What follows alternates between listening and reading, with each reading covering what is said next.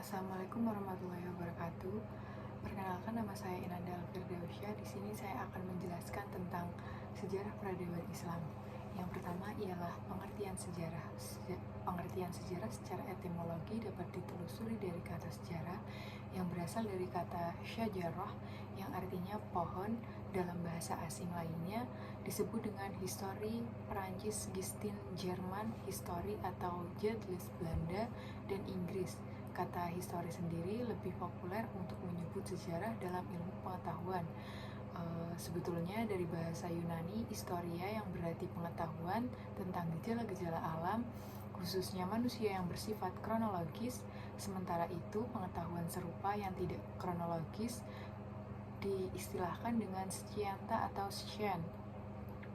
Oleh karena itu, sejarah dalam perspektif ilmu pengetahuan ialah terbatas dan hanya mengetahui aktivitas manusia yang berhubungan dengan kejadian-kejadian tertentu atau yang disebut dengan unik yang tersusun secara kronologis. Dan untuk makna sejarah sendiri bisa mengacu kepada yakni paling sedikit dua konsep sejarah yang terpisah dan tersusun dari serangkaian peristiwa masa lalu, keseluruhan pengalaman manusia, dan sejarah sebagai suatu cara yang menyeleksi fakta-fakta yang diubah atau dijabarkan dan dianalisis. Dan untuk konsep sejarah ialah memberikan pemahaman akan arti objektif tentang masa lampau, dan hendaknya difahami sebagai suatu aktualitas atau sebagai peristiwa itu sendiri. Dan untuk pemahaman konsep di atas yang saya sebutkan ialah sejarah menunjukkan makna yang subjektif sebab masa lampau itu telah menjadi sebuah kisah atau cerita. Hal ini di mana di dalam proses pengkisahan itu terdapat kesan yang dirasakan oleh sejarawan berdasarkan pengalaman dan lingkungan pergaulan yang ada di sekitarnya. Pergaulan ini menyatu dengan gagasan tentang peristiwa sejarah yang kita alami pada saat ini. Dan untuk yang kedua ialah kedudukan sejarah. Kedudukan sejarah ialah ilmu atau ilmu sejarah sendiri ialah suatu disiplin yang berusaha menentukan pengetahuan tentang masa lalu masyarakat tertentu. Misalnya ialah masyarakat muslim dilihat dari karakteristiknya sebagai pengetahuan tentang manusia, maka disiplin sejarah pada dasarnya ialah sejajar dengan ilmu pengetahuan sosial. Mengapa? Karena ia seperti sosiologi, ilmu politik, antropologi, psikologi. Hal ini serupa dengan sejarah yang kita bahas karena ada pendahulunya dan khususan sejarah dibanding dengan ilmu tersebut. Sejarah ini membicarakan masyarakat itu dengan sentiasa menantikan atau memperhatikan dimensi waktu atau diakronisnya. Karakteristik sejarah dengan kedisiplinan itu dapat dilihat dalam 3 orientasi yang saling berhubungan. Yang pertama ialah sejarah merupakan pengetahuan mengenai kejadian-kejadian, peristiwa atau keadaan-keadaan pada masa lampau. Dan selanjutnya ialah objek-objek sejarah. Objek-objek sejarah ialah sejarah. Apa pengertian dari sejarah tersebut? Ialah sejarah objektif mencangkup segala pengalaman manusia. Pengalaman manusia sendiri terutama yakni peristiwa sejarah, apa yang kita pikirkan, apa yang kita katakan, kita rasakan, dan kita alami sebagai manusia. Atau dalam bahasa metodologis ialah lukisan sejarah, karena hal itu mengungkapkan fakta atau mengenai apa, siapa, kapan, di mana, dan bagaimana sesuatu telah terjadi. Peristiwa sejarah sesungguhnya ialah bukan hanya berupa kejadian fisik, melainkan juga peristiwa-peristiwa yang bermakna atau terpantul sepanjang waktu, sehingga terungkap dari segi-segi pertumbuhan, kejayaan, dan keruntuhannya ialah berdasarkan pengertian yang saya jelaskan di atas. Dan sebetulnya sejarah ini identik dengan peradaban manusia, sebab pemahaman atas sejarah juga berarti pemahaman tentang suatu peradaban, karena sejarah itu dapat ditemukan, diungkapkan, dan difahami nilai-nilai peradaban yang terkandung dalam peristiwa tersebut atau yang kita sebut dengan peristiwa pada masa lampau. Dan yang keempat ialah sumber-sumber sejarah. Sumber-sumber sejarah dapat dikatakan alat bukti tentang peristiwa masa lampau atau yang kita kenal dengan peninggalan-peninggalan yang bentuk relief monumen, manuskrip, atau bukti-bukti lain yang sangat-sangat autentik. Sejumlah sumber sejarah yang tersedia ialah data verbal, data yang dipergunakan penulis sejarah untuk memperoleh pengetahuan tentang berbagai hal. Dari berbagai sumber sejarah itu, pada dasarnya kita sendiri dapat membedakan menurut bahannya, asal-usulnya, urutan penyampaiannya, dan tujuan sumber dari sejarah itu. Makanya kita dapat membuat sumber sejarah ini dibagi menjadi dua, yakni pertama tertulis dan sumber tidak tertulis. Sedangkan menurut saya sumber-sumber yang tertulis itu ada yang primer dan sekunder, sementara menurut tujuannya dibagi menjadi sumber-sumber formal dan informal yang ada di pengetahuan sumber sejarah. Dan sumber sejarah sendiri seringkali kita jumpai dengan berbagai data pada sejarah tersebut, yang berarti bahan sejarah yang memerlukan pengolahan, penyeleksi, dan pengkategoriannya. Hal ini berbeda dengan fakta sejarah, sebab fakta sejarah itu merupakan pernyataan-pernyataan tentang peristiwa-peristiwa masa lampau dan realitasnya yang terjadi di masa kini. Dan untuk penulisan sejarah sendiri, dalam berbagai pengkisahan sejarah sebagai penjabaran lanjut atas maknanya secara subjektif dapat dibagi menjadi dua macam, ialah sejarah naratif dan sejarah ilmiah. Sejarah sebagai cerita masa lampau memanglah sangat naratif karena gambaran sejarah itu semata-mata merupakan susunan lengkap atas fakta-fakta yang merupakan penjelasan dari sumber sejarah itu sendiri. Dan secara naratif biasanya merupakan uraian logis mengenai suatu perkembangan dan terjadinya peristiwa berdasarkan common sense atau akal sehat, imajinasi, keterampilan, ekspresi, bahasa, pengetahuan fakta, dan proses terjadinya secara genesis. Dari awal yang dipaparkan secara deskriptif tanpa memakai teori dan metodologi. Kebalikan dari sejarah ilmiah. Kalau sejarah ilmiah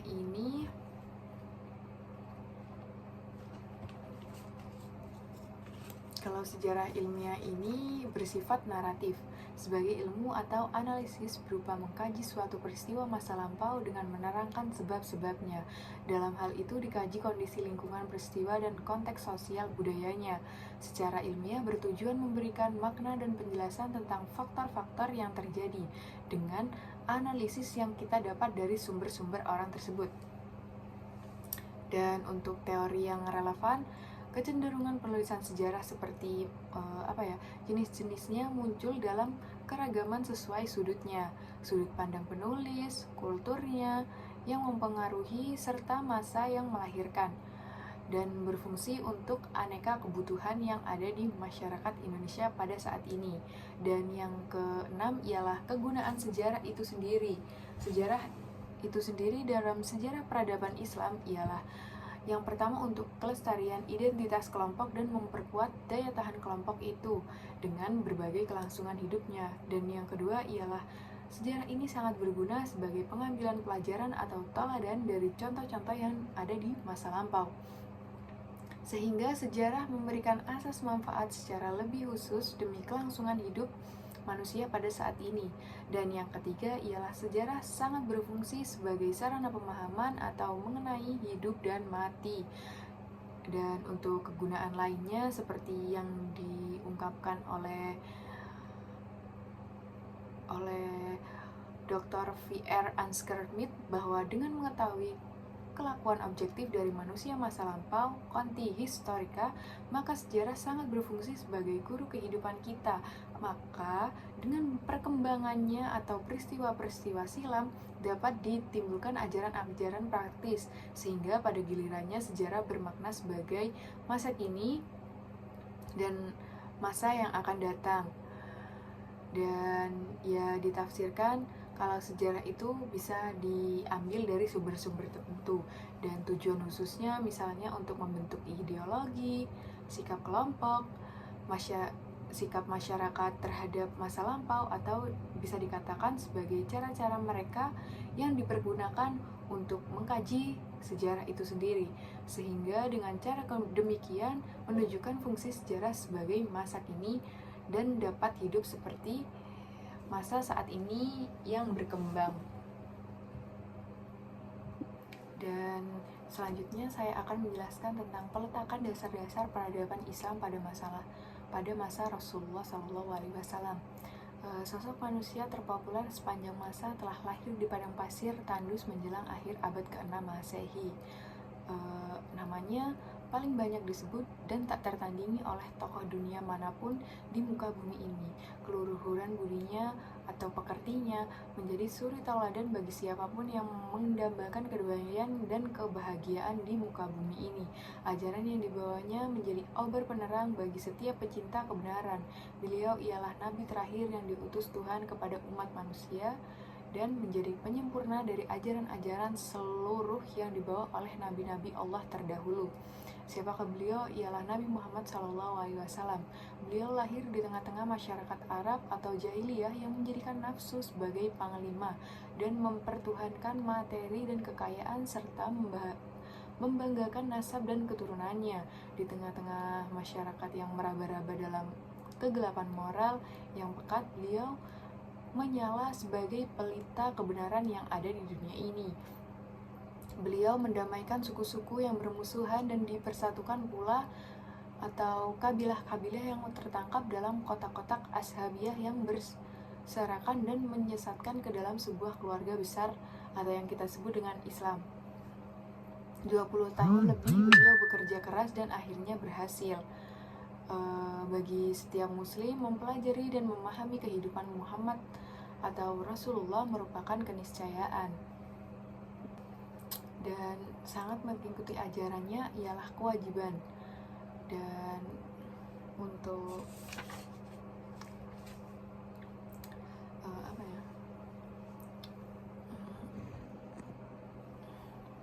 dan telah diupayakan untuk memberikan gambaran utuh sekalipun hanya garis besar. Hal ini bisa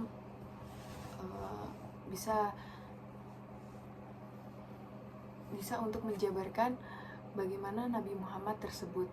Dan untuk perjuangan beliau salah satunya ialah di tengah-tengah hiruk pikuk kota Mekah, Nabi Muhammad sendiri mengisi waktu luang untuk mengembala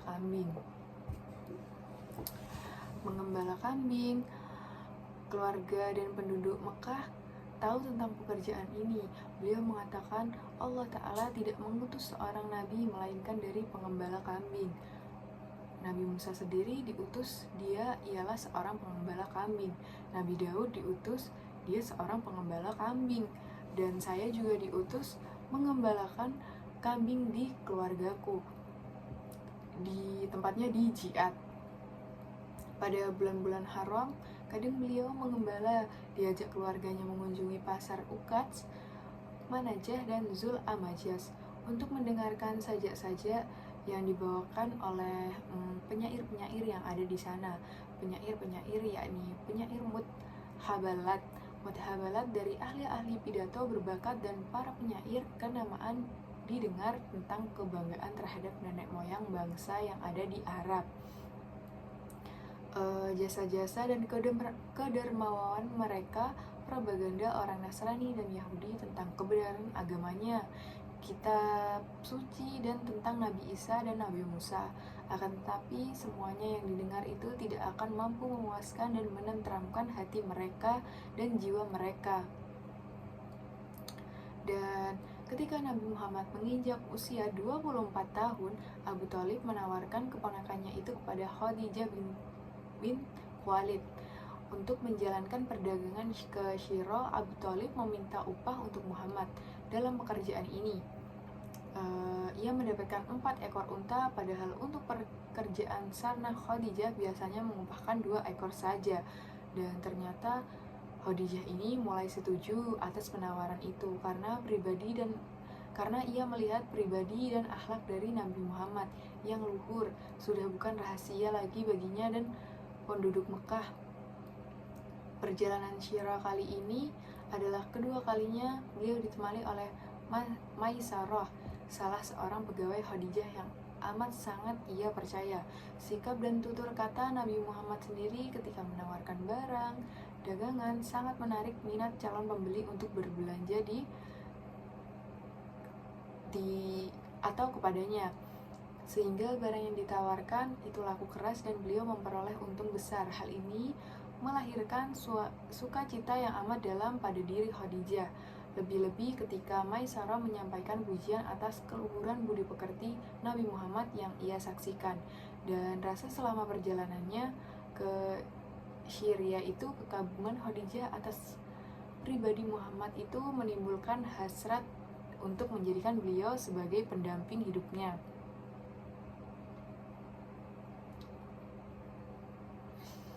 Ia menyuruh Nafisah membantu yang setia menjumpai tak akan setuju dan Abu Thalib merestuinya. Pinangan pun langsung dilakukan dan selanjutnya diresmikan ke pernikahan mereka.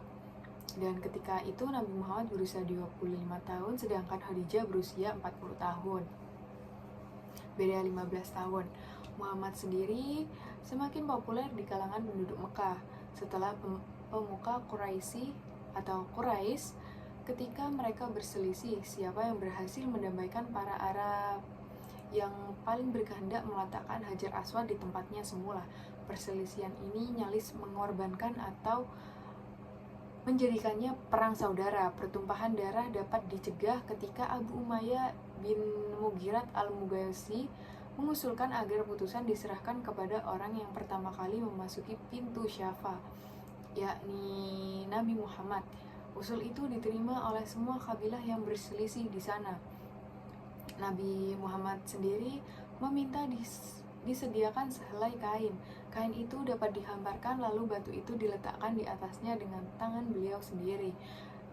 Dan disuruhnya ketua setiap kabilah memegang ujung kain itu, lalu mengangkatnya bersama-sama dan membawanya ke tempat di mana batu itu akan diletakkan. Kemudian beliau mengambil batu itu dari atas dan membawa kain tersebut dan meletakkannya di tempat semula. Putusan ini sangat-sangat memuaskan semua pihak dan semua pihak yang bertikai di sana. Nabi Muhammad sendiri dijuluki Al-Amin oleh kaumnya. Peristiwa ini terjadi pada tahun 605 Masehi ketika Nabi Muhammad berusia 35 tahun. Selanjutnya, popularitas Nabi Muhammad tidak muncul secara tiba-tiba. Sejak masih kanak-kanak sendiri hingga dewasa dan kemudian diangkat menjadi Rasul, beliau ini dikenal sebagai orang yang sangat berbudi luhur dan berkepribadian yang sangat-sangat mulia. Dan tak ada perbuatan tercela yang dapat dituduhkan kepadanya. Beliau tidak pernah menyembah berhala, memakan daging yang disembelih untuk berhala, meminum khamar, dan mendatangi tempat permainan dan perjudian. Beliau sendiri dikenal sebagai pemalu, namun sangat murah hati dan sangat bijaksana, mudah bergaul. Apalagi ada yang mengajak bicara dengannya, ia sangat mendengarkannya dengan baik dan tidak memalingkan muka dari lawan bicaranya. Dan lisannya juga fasih, bicaranya sedikit dan lebih banyak mendengarkan. Bila bicara sungguh-sungguh, hati ini pun sekali-sekali ya membuat humor, namun yang dikatakannya ialah hal yang sebenar-benarnya. Bila beliau marah, tidak pernah memperlihatkan kemarahannya, selain tampak sedikit keringat yang keluar dari tubuhnya atau keningnya. Hal ini dikarenakan karena beliau ini menahan amarah dan tidak pernah marah orangnya.